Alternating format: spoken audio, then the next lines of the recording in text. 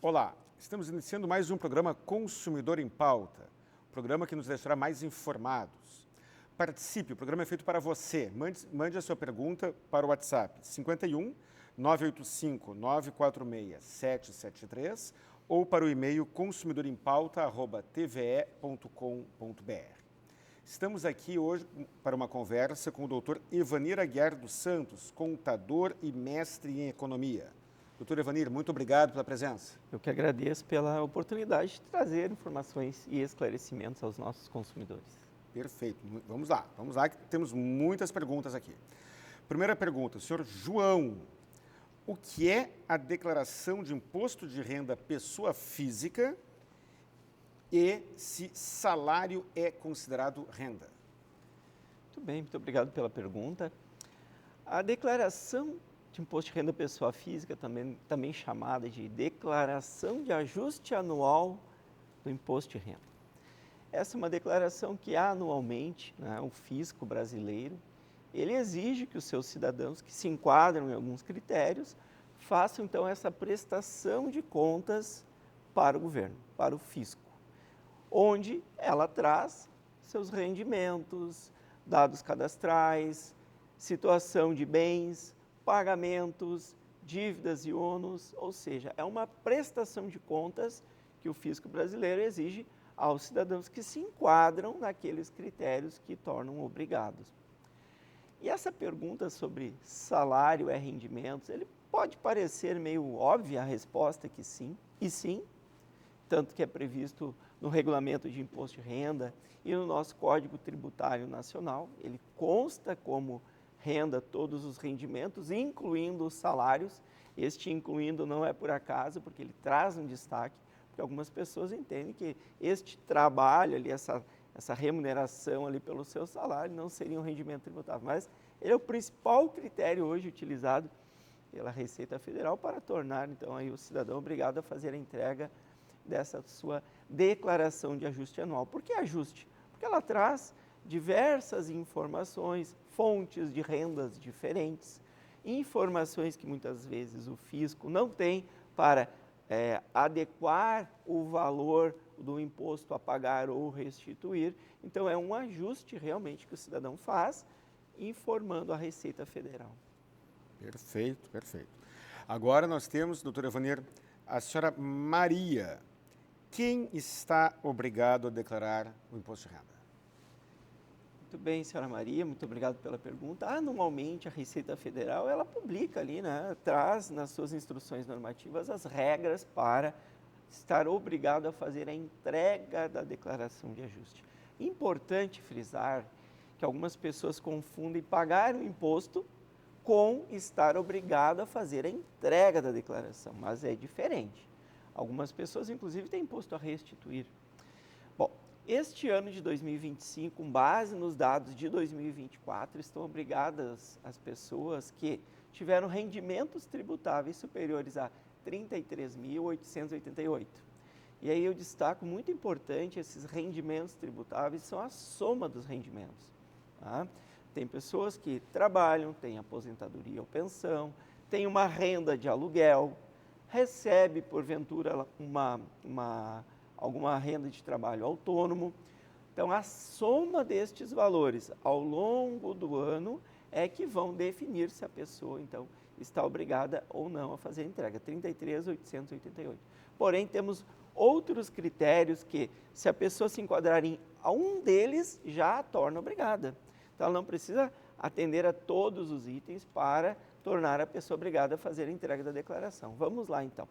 Rendimentos isentos, tributação exclusiva na fonte, ou que são os rendimentos normalmente de aplicação financeira, um rendimento, por exemplo, de uma herança recebida, um rendimento de poupança, um ganho na venda de algum bem, mesmo que isento, acima de R$200 mil. Torna obrigatório a soma de tudo isso. Se ultrapassou os 200 mil, tem que fazer a entrega. Independentemente de ter que pagar ou não. Independentemente, até porque esses rendimentos que eu citei, herança, doações recebidas, são rendimentos isentos, porém tem que declarar. Bens, direitos acima de R$800 mil. Então, a soma do automóvel, do imóvel, cotas de capital, aplicações financeiras, ou seja, todos os seus bens somou mais de R$800 mil, tem que fazer a entrega da declaração. Agora nós vamos falar de algumas regras mais específicas. A pessoa que fez alienação de bens e teve ganho de capital, tem que fazer a entrega da declaração. Fez alienação de um bem e esse rendimento foi considerado isento, por exemplo, na regra em que ela tem até 180 dias para adquirir outro imóvel, ela é isenta de pagar o imposto, mas não de fazer a declaração. Quem tem renda variável, investe em ações ou algum fundo de investimento que fez movimentação maior de R$40 mil ao longo do ano, ou em algum mês, uma venda, por exemplo, de ação acima de R$20 mil e teve que pagar imposto, que seja R$10. Eu tenho casos de clientes, doutor Guilherme, que caíram em malha fina, tiveram o seu CPF suspenso porque fez a aquisição de ação, teve o ganho e pagou R$10 de DARF lá do ganho naquele mês, já é obrigado a fazer a entrega da declaração. Pessoas que no ano de 2024 tornaram-se residente tributário no Brasil, então um estrangeiro, um brasileiro que retornou e aqui estava em 31 de dezembro. Mas tivemos também, no ano de 2024, a possibilidade de atualizar os bens a valor de mercado e pagar 4% sobre esta diferença e pagou o DARF no ano de 2024, então tem que fazer a entrega da declaração em 2025. Também a atividade rural, aquelas pessoas que têm atividade rural e venderam mais 169.440 ou querem compensar prejuízos de anos anteriores, tem que fazer a entrega da declaração. Então, se enquadrando em algum desses itens, a pessoa estará obrigada. Perfeito, perfeito. Doutor Evanir, o senhor Carlos, quais são os principais tipos de rendimentos que devem ser informados na declaração? A declaração, ela exige que se informe todos os rendimentos.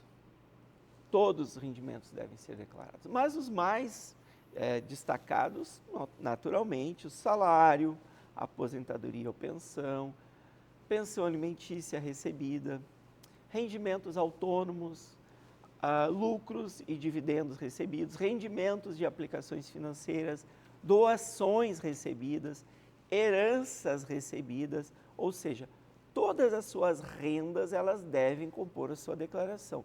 Mas eu recebi uma ajuda de custo, uma doação, enfim, do familiar, por que eu tenho que declarar? Bom, uma porque é obrigado, outro, se você se enquadrar em qualquer uma das outras regras, por exemplo, tem mais de R$800 mil em bens, tem que declarar a sua variação patrimonial. O que é a variação patrimonial? O que eu tinha no início de 24 e no final de 24. E esta variação patrimonial, se eu não tiver renda que justifique o seu aumento, eu posso ser chamado em malha fiscal para justificar da onde surgiu aquele recurso. Por exemplo, uma poupança. Do nada surgiu um valor. Eu tive esta semana um atendimento a um cliente lá na Fortus, que ele me perguntou, eu ganhei numa loteria aqui do estado R$80 mil, eu tenho que declarar? Bom, somente pelos R$80 mil não teria que declarar, porque a pessoa é um rendimento tributação exclusiva na fonte, menos de 200 mil, não estaria obrigado. Mas como ele tem outras rendas, ele tem que declarar, inclusive no caso dele ficou na poupança. Então esse valor dos 80 mil que ele recebeu já é um rendimento líquido do imposto de renda, porque quem o pagou, a loteria que o pagou, já reteve o imposto de renda sobre o resto do valor. Então esses são os principais itens aí de rendimentos. Muito bem explicado, parabéns, muito obrigado. Vamos lá, a senhora Ana, quais as despesas que podem ser deduzidas na declaração? Muito bem, despesas dedutíveis, né? É muito importante que as pessoas em geral, aquelas que fazem a declaração de renda, mesmo pelo modelo simplificado, que é aquele que a Receita Federal permite uma dedução da base de cálculo de 20%, mesmo estas pessoas, elas são obrigadas por lei, e mesmo assim eu aconselho que mesmo que ache que é desnecessário, mesmo obrigado, faça a informação. Por quê? porque poderá a declaração pelo modelo completo ser a melhor e a pessoa pagar menos ou restituir mais. Então, vamos lá. Despesas médicas são as despesas que não têm limite de dedução, então a pessoa que tem consultas médicas, aí eu destaco médico, psicólogos, psiquiatras, todas essas pessoas envolvidas aí na área médica. Despesas hospitalares, o valor total que consta na conta hospitalar, incluindo, neste caso, medicamentos, equipamentos, tudo que foi utilizado numa internação médica, uma cirurgia, tudo isso que consta lá na conta médica da despesa de hospital está incluído. Planos de saúde, importante, pensão alimentícia, uma despesa que ela é totalmente dedutível do imposto de renda, porém, cuidado, que é aquele valor homologado na justiça ou em acordo extrajudicial. Todo valor é passível de dedução, porém é necessário cuidar que tenha essas regras. E aí a gente traz também outras despesas aqui com educação, infelizmente pouco mais de R$ 3.500 é dedutível, despesas com dependentes, aí dependentes, o filho, o cônjuge, pais, importante que quando informar o dependente tem que informar os seus bens, suas rendas e suas dívidas. Sempre que constar alguém na sua declaração, tudo isso tem que constar lá. Na dedução da pensão alimentícia, o contribuinte deve lançar o beneficiário como dependente? Não. Quando há o pagamento de uma pensão alimentícia, esta pessoa que recebe, ela passa a ser chamado de alimentando. Então, este alimentando, que pode ser qualquer pessoa, na verdade, um irmão, um tio, a avó, desde que tenha uma decisão homologada, né? Ele passa a não ser dependente, e sim um alimentando. Neste caso, as rendas, bens deste alimentando não devem constar na declaração do titular. Perfeito. Temos 1 minuto ainda, doutor, para encerrar esse bloco. A senhora Fernanda, como faço para retificar uma declaração enviada com erros? Muito bem. Rapidamente, então, temos aqui algumas opções. A primeira delas é no próprio programa que foi feita a entrega da declaração, marcando que é uma declaração retificadora, ajusta o dado e transmite. Ou, através do ECAC, lá no imposto da página da Receita Federal, vai lá no serviço Meu Imposto de Renda, gera uma declaração retificadora, corrige o dado e faz a transmissão. Muito obrigado. Agora, um breve intervalo. Você que está em casa, voltamos em 2 minutinhos.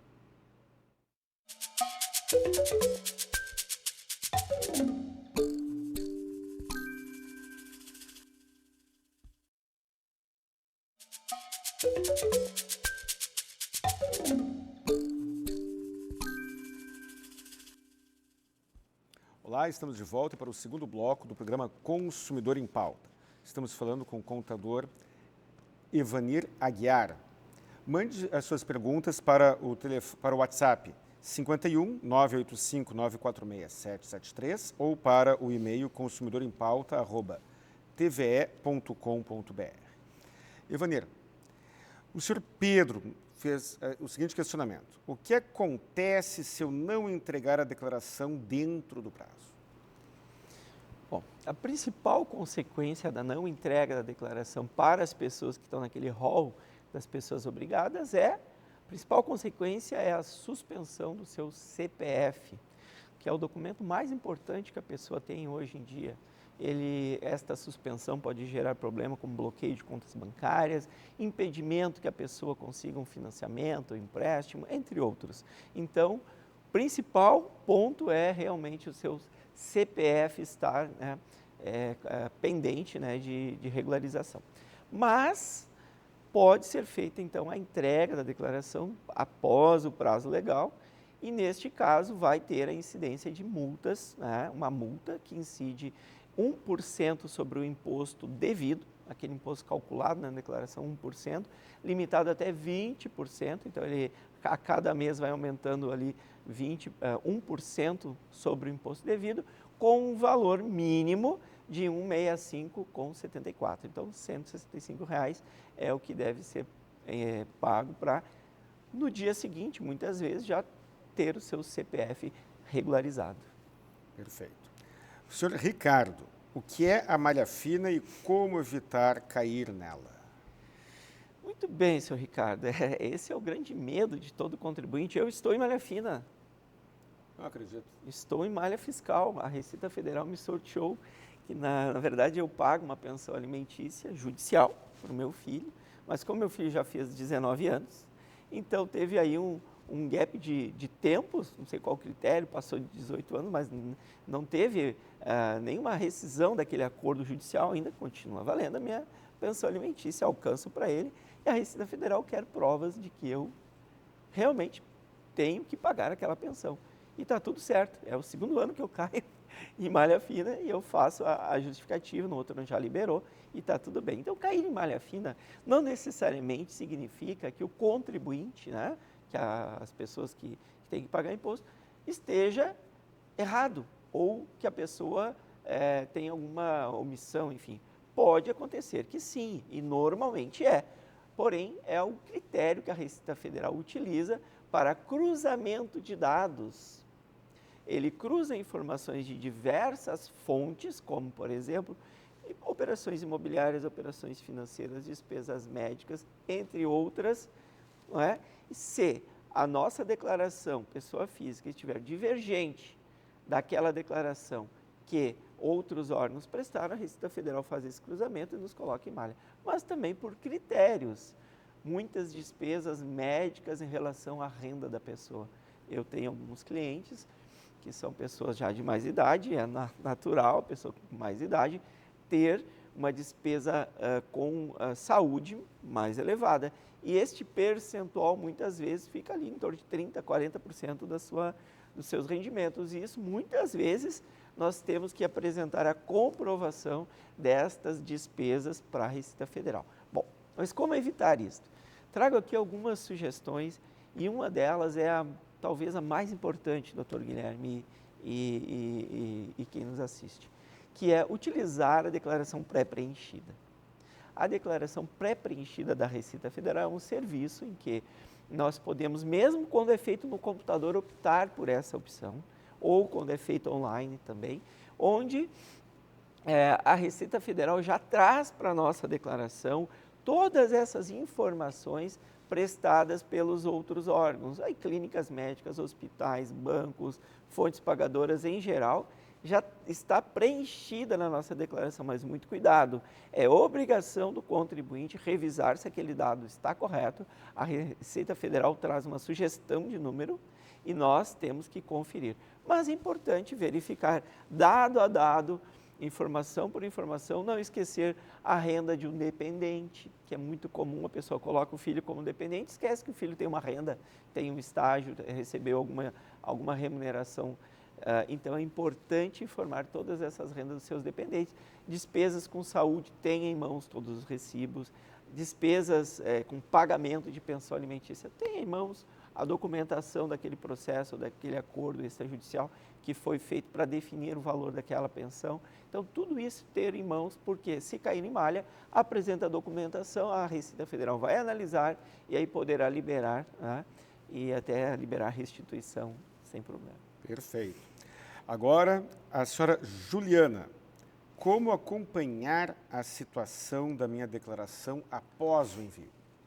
Bom, temos aqui algumas opções.